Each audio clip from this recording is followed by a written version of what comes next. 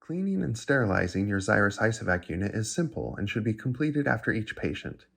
Remove the levers by pushing them forward until they pop off. Open the control head by separating the two layers. Using the cleaning brush included in the kit and an enzymatic cleaning solution, scrub the inside of the control head with a sweeping motion to remove biomatter. Scrub each of the openings on the control head, then wipe it with a disinfection wipe. Rinse with water and dry it. You will also use the brush to scrub each of the lever openings.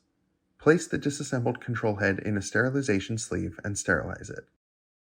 Periodically, you may need to lubricate the O-rings on the levers.